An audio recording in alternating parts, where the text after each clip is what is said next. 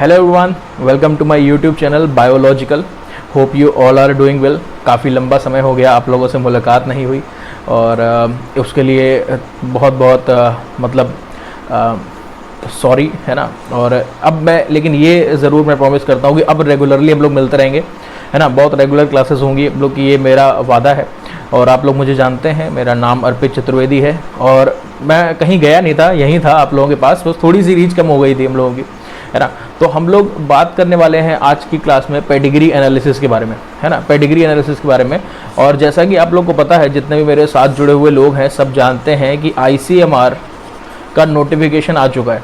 ICMR की exam date हम लोग को पता चल चुकी है और DBT बेट की जो साइट है, जो DBT की साइट है, उस पर ये फ्लैश हो रहा है बहुत तेज़ी से कि most probably in a week और in 10 days, in the next 10 days you will get the notification along with the date of the examination as well as the application form. Okay, and मान के चलिए कि उससे 10-15 दिन में आपको CSIR के बारे में भी जानकारी मिल जाएगी और ये सभी एग्ज़ाम आसपास ही होने वाले हैं। तो of course it's high time now, आपका वक्त आ चुका है अब शुरू हो जाने का, एकदम पीछे पड़ जाने का सभी चीज़ों के, और अच्छे से अच्छे टॉपिक, खासकर ऐसे टॉपिक जो आपको पता है कि बहुत स्कोरिंग है, उनको बहुत अच्छे से प्रिपेयर करने का। So here I am again, है ना। तो थोड़ा सा गैप हो गया था, तो मैं कहाँ चला गया था? I just joined Unacademy just 2 months before, and since then I am working with the Unacademy. So here I am. My name, you can search me on Google as well, like Arpit Chaturvedi Unacademy. You can search directly on Google. You will get my profile, my LinkedIn profile, everything. And other than this, I will just give you the link of my profile, my Unacademy profile, into the description box of this video as well, है ना. And this is something like on the verge of completing 50,000 watch minutes, and I hope in the next video I'll get it done.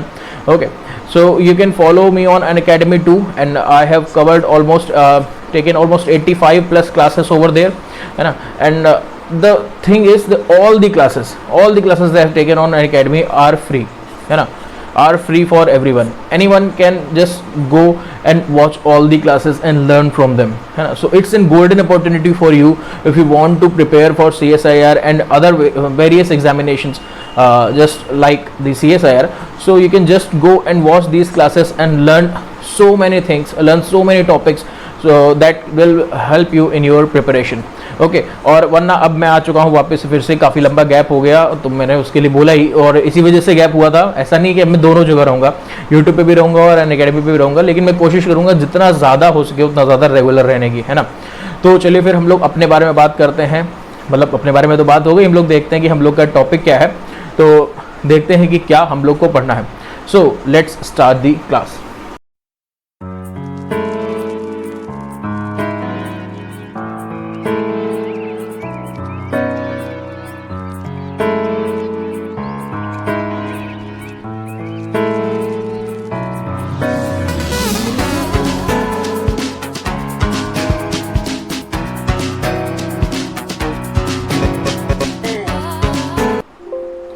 So here we are with the introductory class on pedigree analysis, है ना. आप लोगों को बहुत मज़ा आने वाला है. हम लोग कुछ बेसिक टर्म यहाँ पे जानने की कोशिश करेंगे और उसके बाद हम लोग इसकी ढेर सारी क्लासेस करेंगे आगे से, मतलब हर अलग अलग पेडिग्री को जानने की. तो सबसे पहले तो मतलब हम लोग को यही जानना ज़रूरी है कि आखिर ये पेडिग्री होती क्या है, हाँ. पेडिग्री क्या होता है, मतलब अदर देन दैट बिस्किट, उसके अलावा हमको पेडिग्री कहाँ सुनने को मिलता है, पेडिग्री क्या है.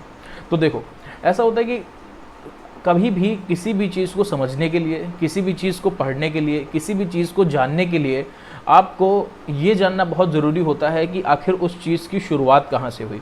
इस मतलब टॉपिक में हम बात करने वाले हैं डिजीज़ के बारे में. मतलब वो कहते हैं ना कि जो जाकिर खान की लाइन है कि वो कौन है, इस बात पे बहुत फ़र्क पड़ता है कि वो कहाँ से आया है ना.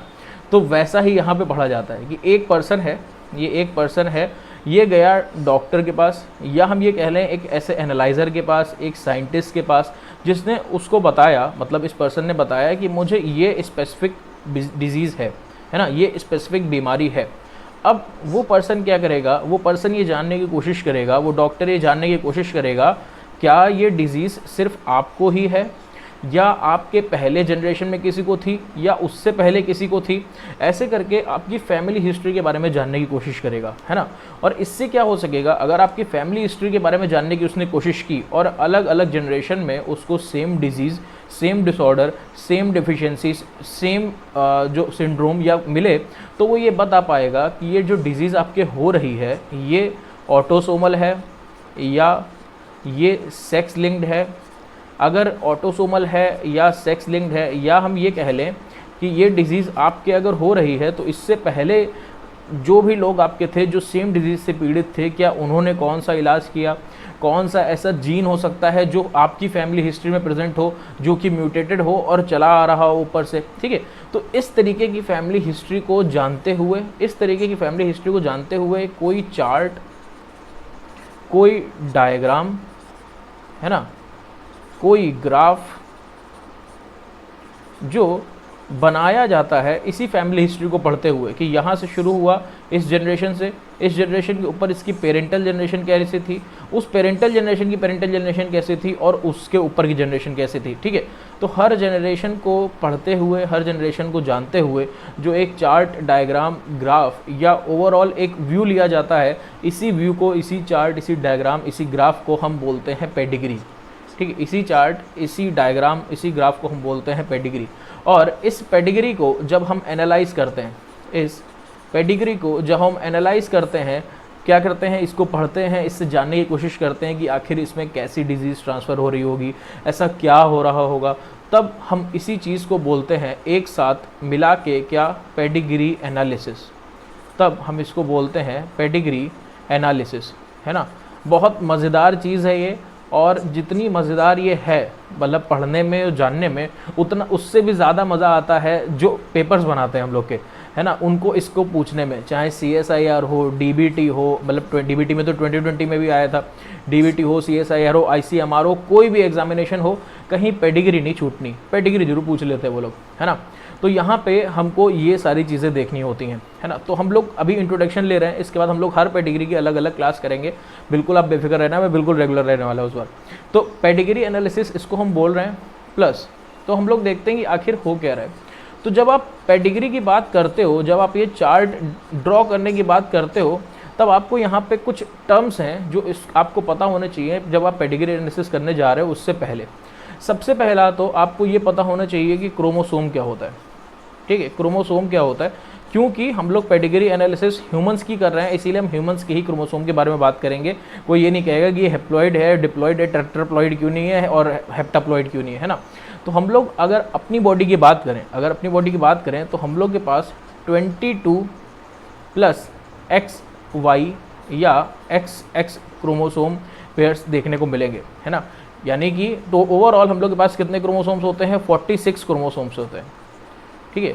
46 क्रोमोसोम्स होते हैं हम लोगों के बॉडी में, हम लोगों के हर सेल में इतने क्रोमोसोम्स होते हैं, हर सेल के हर न्यूक्लियस में, है ना, टू बी मोर स्पेसिफिक।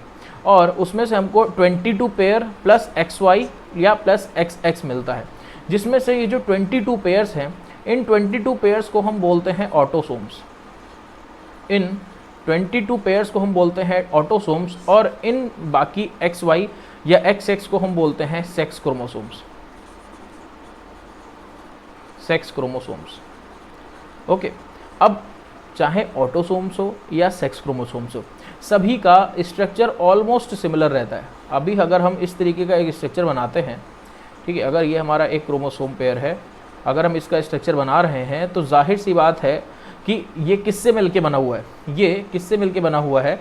मैंने अनअकैडमी पे एक क्लास ले रखी है जीनोम ऑर्गेनाइजेशन की, यूकैरियोट्स में। वो क्लास बहुत इंपॉर्टेंट है, मैं उसका लिंक भी यहाँ पे डाल दूंगा, वो ज़रूर से देखिएगा। ऑलमोस्ट हमने DNA से शुरुआत करी थी, और DNA से करते हम ये क्रोमोसोम बनाते हैं। जाहिर सी बात है, हमें पता है कि अगर हम बात करें कि जीन क्या है, तो gene is the segment of DNA, है ना। Gene is the segment of DNA, basically DNA का एक पार्ट जो कि कोड करेगा किसको, जो कि कोड करेगा किसी एक स्पेसिफिक प्रोटीन के लिए, या कोई ऐसे mRNA के लिए, या खुद वो सिस एक्टिंग फैक्टर की तरह काम करेगा और किसी न किसी फंक्शन के लिए रिस्पॉन्सिबल होगा।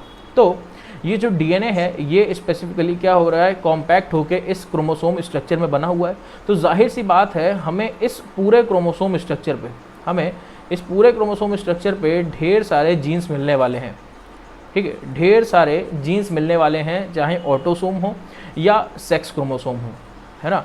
सेक्स क्रोमोसोम हो या ऑटोसोम हो, दोनों में ही हमको ढेर सारे क्रोमोसोम मिलने वाले हैं, जिसमें से मैं ये नहीं बताने वाला कि वाई क्रोमोसोम, मतलब बोल तो सकता हूँ लेकिन अलग से स्ट्रक्चर नहीं दिखा रहा हूँ, कि वाई क्रोमोसोम जो होता है वो छोटा होता है in size then X chromosome, और एक्स क्रोमोसोम जो है वो बड़ा होता है ना। एक्स अगर होते हैं क्रोमोसोम तो हम बोलते हैं क्या, फीमेल, या तो कैसे कैरेक्टरिस्टिक होते हैं, फीमेल, और एक्स वाई होते हैं तो बनता है मेल। ठीक है, तो ये सारी चीज़ें यहाँ पे बड़ा आपको आगे काम आने वाली हैं। तो ये क्या है, ये है एक क्रोमोसोम, और इस क्रोमोसोम पे ढेर सारे जीन्स होंगे, इस क्रोमोसोम पे ढेर सारे जीन्स होंगे। फॉर एग्जाम्पल अगर हम कोई एक जीन ले लें, तो किसी एक स्पेसिफिक एंजाइम के लिए कोड कर रहा हो। ठीक है, जो किसी एक स्पेसिफिक एंजाइम के लिए कोड कर रहा हो, ये एक एंजाइम है, और इस एंजाइम का अपना सबस्ट्रेट हो और वो उसको प्रोडक्ट में बदले। ठीक है, ये एंजाइम का अपना सबस्ट्रेट हो और वो उसको प्रोडक्ट में बदले। ठीक है, अब क्या हो, हम इस एंजाइम को बनाने वाला जो जीन है, इस एंजाइम को जो बनाने वाला जीन है, मान लीजिए यहाँ प्रेजेंट है, ये म्यूटेट हो जाए, तो क्या होगा, ये एंजाइम नहीं बन पाएगा। अगर ये एंजाइम नहीं बन पाएगा, जाहिर सी बात है सबस्ट्रेट का एक्युमुलेशन देखने को मिलेगा, प्रोडक्ट नहीं बन पाएगा। ठीक है, प्रोडक्ट नहीं बन पाएगा। और ऐसे एक एंजाइम नहीं है, ऐसे बहुत सारे एंजाइम्स हैं, क्योंकि हमें पता है कि हमारी बॉडी में हज़ारों जीन्स हैं। ठीक है, तो हर जीन्स में कहीं भी म्यूटेशन हो सकता है और कहीं भी हमको ये चीज़ देखने को मिल सकती है। बेसिकली मैं आपको बताना क्या चाह रहा हूँ, अगर किसी ऐसे जीन में म्यूटेशन हुआ है जो कि आपके ऑटोसोम पे प्रेजेंट है, ठीक है, ऑटोसोम पे प्रेजेंट है, तब हम उसको बोलेंगे क्या, ऑटोसोमल डिसऑर्डर। ठीक है, ऑटोसोमल डिसऑर्डर।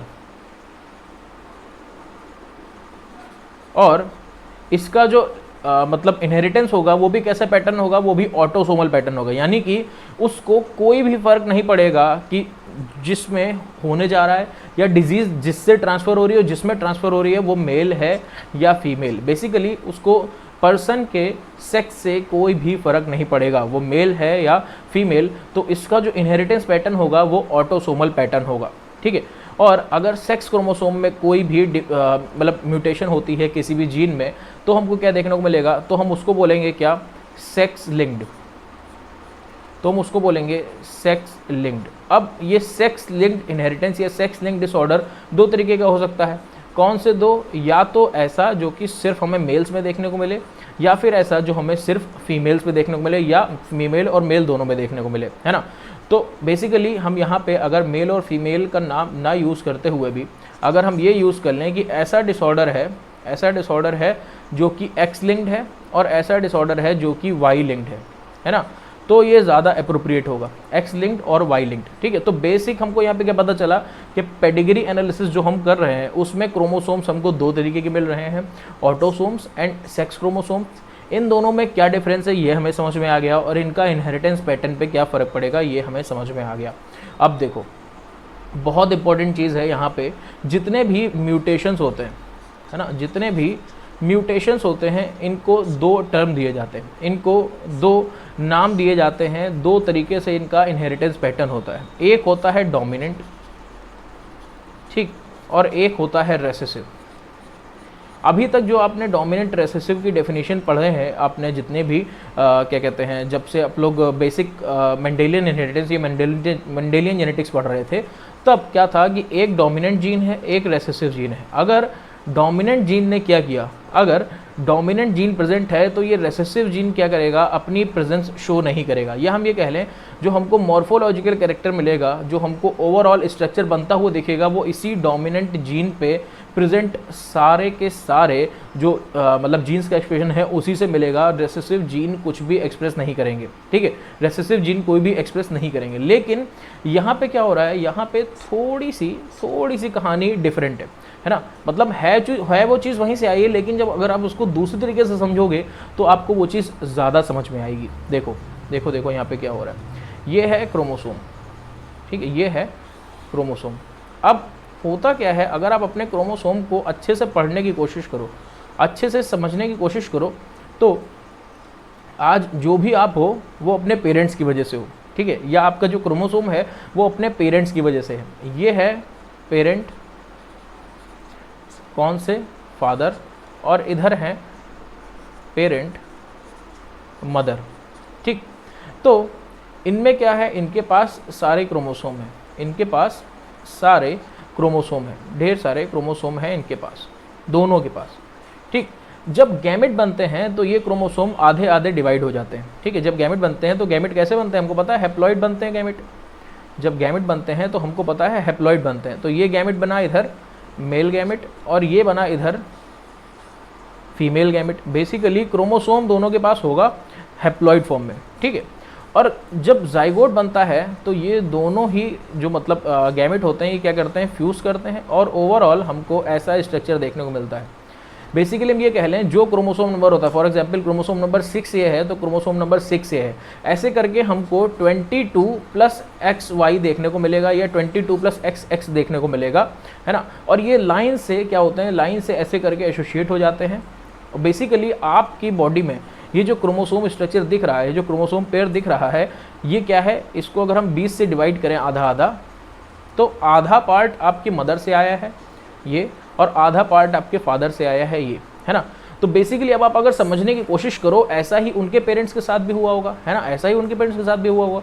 वो अगर आप किनारे भी रख दो, है ना, तो आप ये देखो कि जो फादर से आपको क्रोमोसोम का पार्ट मिला है, इसमें सेम जीन्स हैं सारे, ठीक, इसमें सारे जीन्स हैं जो कि वाइटैलिटी प्रोवाइड करते हैं, जो कि आपको सभी फंक्शन परफॉर्म करने के लिए ज़रूरी है। सेम चीज़ मदर के केस में भी है। मदर के पास भी जो क्रोमोसोम का पार्ट आ रहा है उसमें वो सभी जीन्स हैं जो आपको वाइटैलिटी प्रोवाइड करते हैं, आपको ज़िंदा रखने के लिए, आपके फंक्शन को परफॉर्म करने के लिए ज़रूरी है ना। तो बेसिकली अगर हम बात करें कि हमारे पास एक जीन है, हमारे पास एक जीन है जो कि एक प्रोटीन बना रहा है XYZ, ठीक है, एक जीन है जो कि एक प्रोटीन बना रहा है XYZ, वो यहाँ भी प्रेजेंट होगा।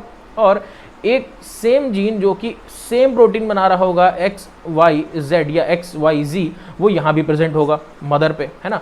तो जब आपके पास ये जीन आए, जब आपका क्रोमोसोम बना, क्या होने के बाद, फ्यूज़न होने के बाद, तो आपके क्रोमोसोम पेयर पे एक ही जीन की 2 कॉपी होंगी, एक ही जीन की 2 कॉपी होंगी, और ये दोनों ही कॉपी कैपेबल होंगी क्या बनाने के लिए, XYZ प्रोटीन, XYZ प्रोटीन, है ना, दोनों ही बनाने की कैपेबल होंगी। अब इनको हम क्या बोलते हैं, इन्हीं जीन की कॉपीज को हम क्या बोलते हैं, इनको हम बोलते हैं एलील्स, बोलते हैं कि नहीं बोलते हैं, इन्हीं को हम बोलते हैं एलील्स। तो अब देखो, अब क्या हुआ, अब आती है बीमारी वाली बात, अब आती है डिसऑर्डर वाली बात। अगर आपकी इन दोनों में से, अगर आपके इन दोनों में से किसी एक कॉपी को, मान लीजिए हमने ये जो फादर से कॉपी आई थी, इस कॉपी को डिग्रेड कर दिया, ठीक, इस कॉपी को डिग्रेड कर दिया, और आपके कोई डिजीज़ डेवलप हो जाती है ना, कोई डिसऑर्डर डेवलप हो जाता है। क्यों? क्योंकि एक को ही, अगर आपने कोई एक भी जीन म्यूटेट किया, आपने कोई एक भी जीन म्यूटेट किया, मतलब एक भी एलील म्यूटेट किया आपने, और उससे अगर कोई डिजीज़ डेवलप हो रही, ठीक है, उससे अगर कोई डिजीज़ डेवलप हो रही, यानी कि ये डिजीज़ वाला म्यूटेटेड एलील हावी है इस नॉर्मल एलील पे, डिजीज़ वाला म्यूटेटेड एलील हावी है, डोमिनेंट है इस नॉर्मल एलील पे, उसको कोई फ़र्क नहीं पड़ता नॉर्मल एलील है तो हुआ करे, हमको कोई मतलब नहीं। अगर सिर्फ और सिर्फ एक एलील में, एक कॉपी में हमको म्यूटेशन करने से डिजीज़ डेवलप होती दिख रही है, तो हम बोलेंगे कि वो डिजीज़ कैसी है, डोमिनेंट, ठीक है, वो डिजीज़ कैसी है, डोमिनेंट, वो म्यूटेशन कैसी है, वो म्यूटेशन है डोमिनेंट, ठीक। तो यहाँ से आप रिसेसिव भी खुद से इंटरप्रेट कर पाओगे कि जाहिर सी बात है कि अगर जब तक क्या होगी, एक एलील म्यूटेट हुआ तो आपको डिजीज़ डेवलप होती ना दिखे, यानी कि ये जो नॉर्मल एलील है ना, ये अपना नॉर्मल फंक्शनल प्रोटीन बना रहा है, कौन सा, XYZ, और हमें सारा काम इसी से हो जा रहा है, ठीक है, हमारा सारा काम इसी से हो जा रहा है। तो बेसिकली अगर एक म्यूटेटेड है भी, तब भी हमें कोई फ़र्क नहीं पड़ रहा, दूसरा हमारे पास नॉर्मल है। लेकिन अगर ये दोनों ही एलील म्यूटेट हो जाएं, यानी कि दोनों ही XY डिफेक्टेड हो जाएं, दोनों ही XYZ डिफेक्टिव हो जाएं प्यूट्रिन, तब अगर डिजीज़ डेवलप होती है, तो ऐसी डिजीज़ को हम बोलते हैं रेसेसिव डिसीज़, ठीक है, रेसेसिव डिसऑर्डर। कैसी रिसेसिव? जब हमको दोनों ही एलील में म्यूटेशन मिले, किसी एक म्यूटेशन से काम नहीं चलना, दोनों ही एलील म्यूटेटेड हो जाएं, तब जो डिजीज़ डेवलप होगी तब हम उसको बोलेंगे रेसेसिव डिजीज़। तो अगर हम यहाँ से इंटरप्रेट करना चाहें तो हमारे पास देखने को मिल रही है हमको पेडिग्री, ठीक, और इस पेडिग्री के हमको दो बड़े टाइप देखने को मिल रहे हैं। कौन से? Autosomal, sex linked. इस ऑटोसोमल में हमको दो तरीके के डिसऑर्डर्स या दो तरीके के म्यूटेशन देखने को मिलेंगे, डोमिनेंट ऑटोसोमल डोमिनेंट और ऑटोसोमल रेसेसिव, ठीक। और सेक्स लिंक में हमको दो तरीके के क्या देखने को मिलेंगे, एक्स लिंक्ड और वाई लिंक्ड, ठीक। और वाई लिंक में भी हमको दो तरीके के देखने को मिलेंगे म्यूटेशन, कैसे? डोमिनेंट, एक्स लिंक डोमिनेंट और एक्स लिंक रेसेसिव, ठीक, हमको ये देखने को मिलेंगे। वाई लिंक के केस में ऐसा कुछ भी नहीं होगा डोमिनेंट या रेसेसिव, क्योंकि वाई क्रोमोसोम हमको क्या देखने को मिलेगा, हमको इसकी सिंगल कॉपी ही देखने को मिलेगी, ठीक है, हमको इसकी सिंगल कॉपी ही देखने को मिलेगी। यहाँ पे दो कॉपी होती ही नहीं है, क्योंकि मदर के पास वाई क्रोमोसोम होता ही नहीं है। हम फादर से सिर्फ हर जीन की एक एक कॉपी डिराइव करते हैं, तो अगर उस एक भी कॉपी में, मतलब जो एक कॉपी हमारे पास है, अगर उस कॉपी में भी कोई डिफेक्ट आ जाता है, म्यूटेशन हो जाती है, तो हमको डिजीज़ डेवलप होती दिख जाएगी। तो बेसिकली वाई लिंक में कोई भी डोमिनेंट या रेसेसिव फैक्टर हमको देखने को नहीं मिलते हैं। Okay, so this is all about the introduction part, है ना। और अब हम लोग एक एक करके अलग अलग वीडियोज़ में बात करेंगे autosomal dominant, autosomal recessive, X link dominant, X link recessive and Y linked diseases के बारे में। प्लस हम लोग अलग अलग क्वेश्चन भी सॉल्व करने की कोशिश करेंगे, और ये बहुत ही इंपॉर्टेंट लेक्चर होने वाले हैं। तो गेट योरसेल्फ रेडी, तैयार कर लो खुद को, बहुत सारे लेक्चर्स आने वाले हैं, है ना। और ऐसे ही हम लोग मिलते रहेंगे, तब तक अपना ध्यान रखो। Bye bye, take care, great day, thank you so much.